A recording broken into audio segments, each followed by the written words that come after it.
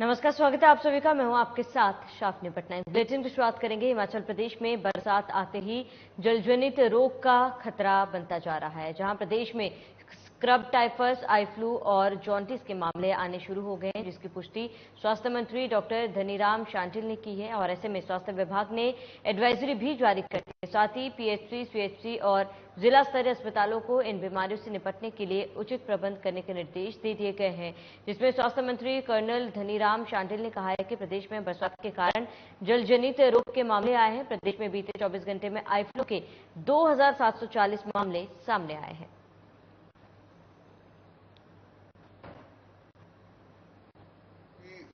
अजीबोगरीब किस्म की बारिश आ रही है। बहुत से घरों में तो ऐसा भयानक हालात हो गए कि लोग सच में आराम से सो भी नहीं पा रहे हैं।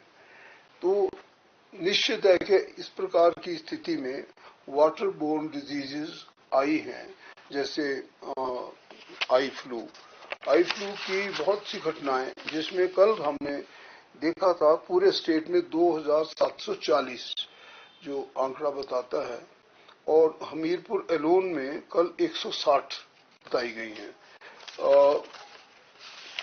ये बात सही है, क्योंकि इन दिनों में ये आम तौर पे होती है। कुछ तो ये आपस की जो सैनिटेशन और हाइजीन को ना ध्यान में रखते हुए ज्यादा फैलती है।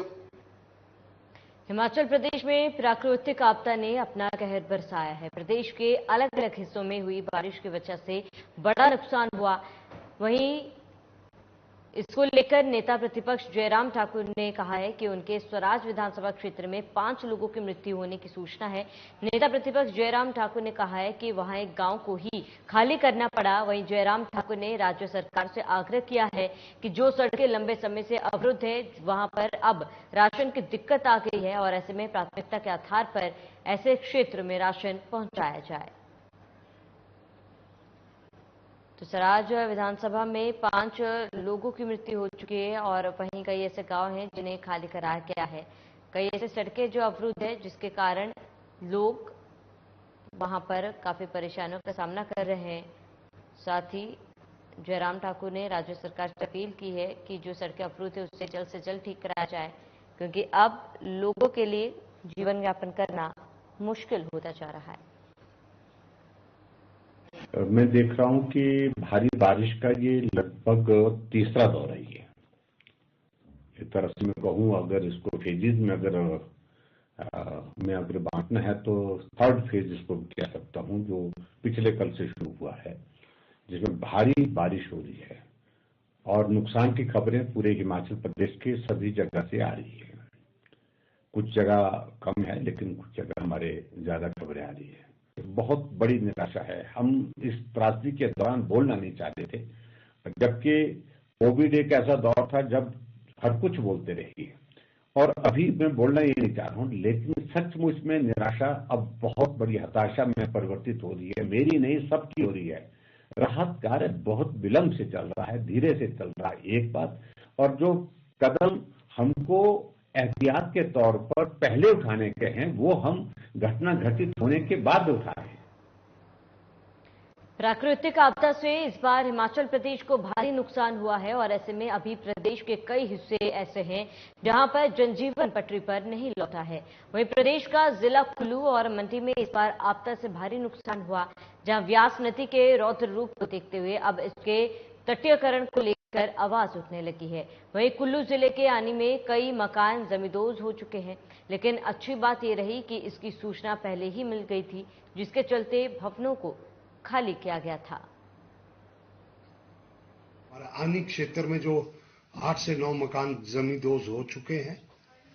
गनीमत ये है कि प्रशासन ने पहले ही इसमें लगभग 200 लोगों का ये कहा जा रहा है कि वहां पे टेनेंट्स थे, लेकिन सभी के जो है सामान वगैरह निकलवा दिया गया था।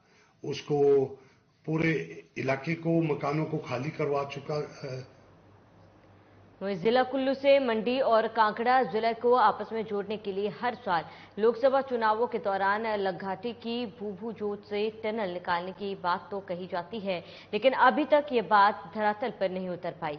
ऐसे में इस साल खराब मौसम के चलते मंडी से कुल्लू को जोड़ने वाली सड़क बार बार क्षतिग्रस्त हो रही है और यहाँ पर कई दिनों तक वाहन भी फंस रहे हैं। वहीं अब इस खराब मौसम में एक बार फिर से भूभू जोत में टनल बनाने की बात लोगों को याद आ रही है। वहीं बीजेपी के पूर्व सांसद महेश्वर सिंह ने भी केंद्र सरकार से आग्रह किया है कि इस टनल को बनाने की दिशा में जल्द से जल्द काम किया जाए। की बात कर रहे हैं आप, उसकी बात तो मैं दोहराता ही रहता हूं कि जब तक भूभू टनल नहीं बनता हमारा, कुल्लू बिल्कुल पीछे चला जाएगा। इस प्राकृतिक आपदा से 5-10 साल पहले ही हम पीछे चले गए और ये भी नहीं बना तो और भी पीछे चले जाएंगे। वो टनल आवश्यक है और 2 की जगह 1 ही हम चाहते हैं टनल। यहां 2 टनल प्रपोज हुए हैं, उसकी कीमत भी वो 1 पर टनल बनाना क्योंकि 2 नेशनल हाईवे जोड़ने। तो मैंने ये सुझाव दिया था सरकार को कि जो 1 टनल है उसको आप बनाइए। हिमाचल प्रदेश में बारिश से आई आपदा से प्रभावित परिवारों को 1 लाख मुआवजा देने की बात प्रदेश सरकार ने की थी, लेकिन उन्हें केवल 50,000 का मुआवजा प्रदान करना तर्कसंगत नहीं है। यह बात पूर्व मंत्री राजेंद्र गर्ग ने बिलासपुर जिले के घुमारवी में पत्रकारों को संबोधित करते हुए कही है, जिसमें उन्होंने कहा कि भारी बरसात के कारण पूरे प्रदेश के अंदर जो प्राकृतिक आपदा आई है उससे पूरे प्रदेश में जानमाल का भारी नुकसान हुआ। बहुत से लोगों को अपनी जान से हाथ धोना पड़ा और बहुत से लोगों के घर उजड़ गए हैं और बहुत से घर रहने के लायक नहीं रहे। देश के अंदर नुकसान हुआ है, लोगों की जानें गई है, घर मकान गए हैं। हमारा सरकार से आग्रह है कि ऐसे लोग जिनके घर या तो बह गए या घर हवा में लटक गए हैं, चारों ओर स्लाइडिंग हुई है, और जिनके पास अब घर बनाने के लिए भी जमीन नहीं है, उन सब लोगों को चिन्हित करके जो है वहां आसपास के क्षेत्र में उनको सरकार की ओर से 2 या 3 बिस्वा भूमि जो है उपलब्ध कराई जाए ताकि उनके घर जो है फिर से बन सके।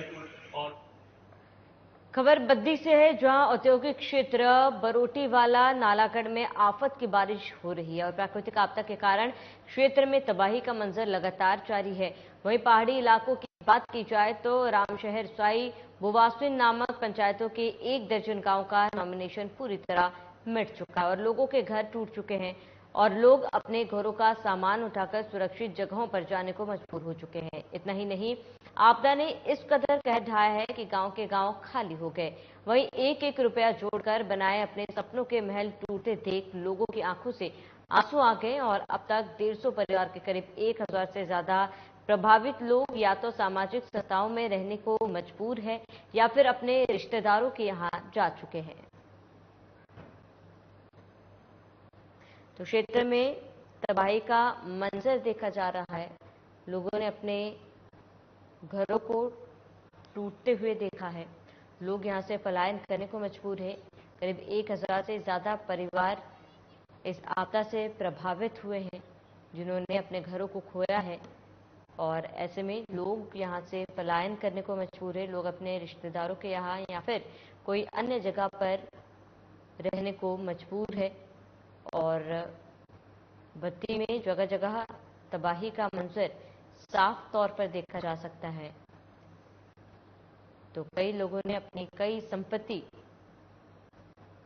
खोई है और ऐसे में इस आफत की बारिश से हजारों लोग प्रभावित भी हुए हैं और अपने मकानों को छोड़कर लोग दूसरी जगह रहने को मजबूर है। तो इस बार मौसम की मार जो है लोगों पर पड़ी है और नालागढ़ में आफत की बारिश देखने को मिली, जिससे लोग पलायन करने को मजबूर हैं।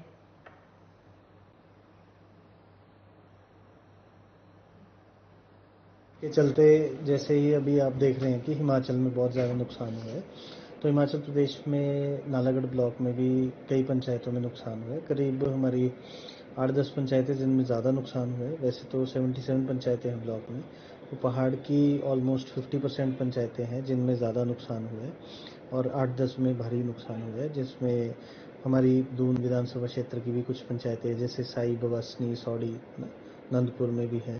सरसे के साथ लगती कुछ पंचायतें हैं जो जहाँ पे नुकसान हुआ है। साथ ही में इधर हमारी नालागढ़ कॉन्स्टिट्यूंसी की भी है कुछ पंचायतें जिसमें रामशहर हैं।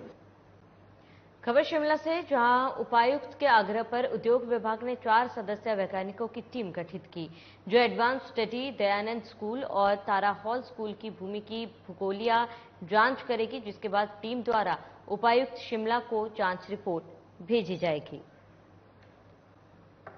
4 सदस्यों की टीम को भेजा गया है। जांच के बाद उपायुक्त को ये रिपोर्ट सौंपी जाएगी और उसके बाद इस पर आगे की कार्रवाई की जाएगी। 4 सदस्यों वैज्ञानिकों की टीम का गठन किया गया था और भूस्खलन संभावित क्षेत्रों का अध्ययन होगा, उसके बाद रिपोर्ट सौंपी जाएगी। वो खुली हुई हैं और जो इसके अलावा जो हमारी लिंक रोड्स वगैरह हैं उस पर जो विभाग काम कर रहा है, हमारा पीडब्ल्यूडी विभाग जो है वो लिंक रोड्स को बहाल करने के लिए प्रयासरत है। इसमें मेजरली जो है वो हमारे जो है लैंड स्लिप्स वगैरह आए हुए हैं, लैंड स्लाइड्स वगैरह आए हुए हैं, तो उनको जो है क्लियर किया जा रहा है और ये इंश्योर किया जा रहा है कि सेब को जो है मंडी तक ले जाया जा सके। पानी और को लेकर जो है अभी पूरे डिस्ट्रिक्ट में अराउंड 200 जो हमारे DTRs हैं वो डाउन है। पानी की स्कीम जो है उसका जो नंबर है वो इतना ज्यादा नहीं है, तो मेनली क्योंकि बारिश होने की वजह से, पेड़ों के गिरने की वजह से जो है लाइन्स अफेक्टेड हुए, तो लाइन का रिस्टोरेशन भी काम। हिमाचल प्रदेश के विश्वविख्यात शक्तिपीठ श्री नैना देवी में आज श्रावण अष्टमी पूजन की धूम है, जहां श्रावण अष्टमी का आज विशेष दिन है और माता जी के दरबार में रिमझिम बारिश के बावजूद श्रद्धालुओं की भरमार है। पंजाब, हिमाचल, हरियाणा, दिल्ली, यूपी, बिहार और अन्य प्रदेशों से श्रद्धालु अष्टमी पूजन के लिए माता के दरबार में पहुंचे। बता दें कि इस दिन हवन, यज्ञ, पूजा पाठ, कन्या पूजन का विशेष महत्व है। जो भी श्रद्धालु इस दिन माता को हलवे का भोग लगाते हैं और कन्या पूजन हवन करते हैं तो माता रानी उनकी सभी मनोकामना पूरी करती है।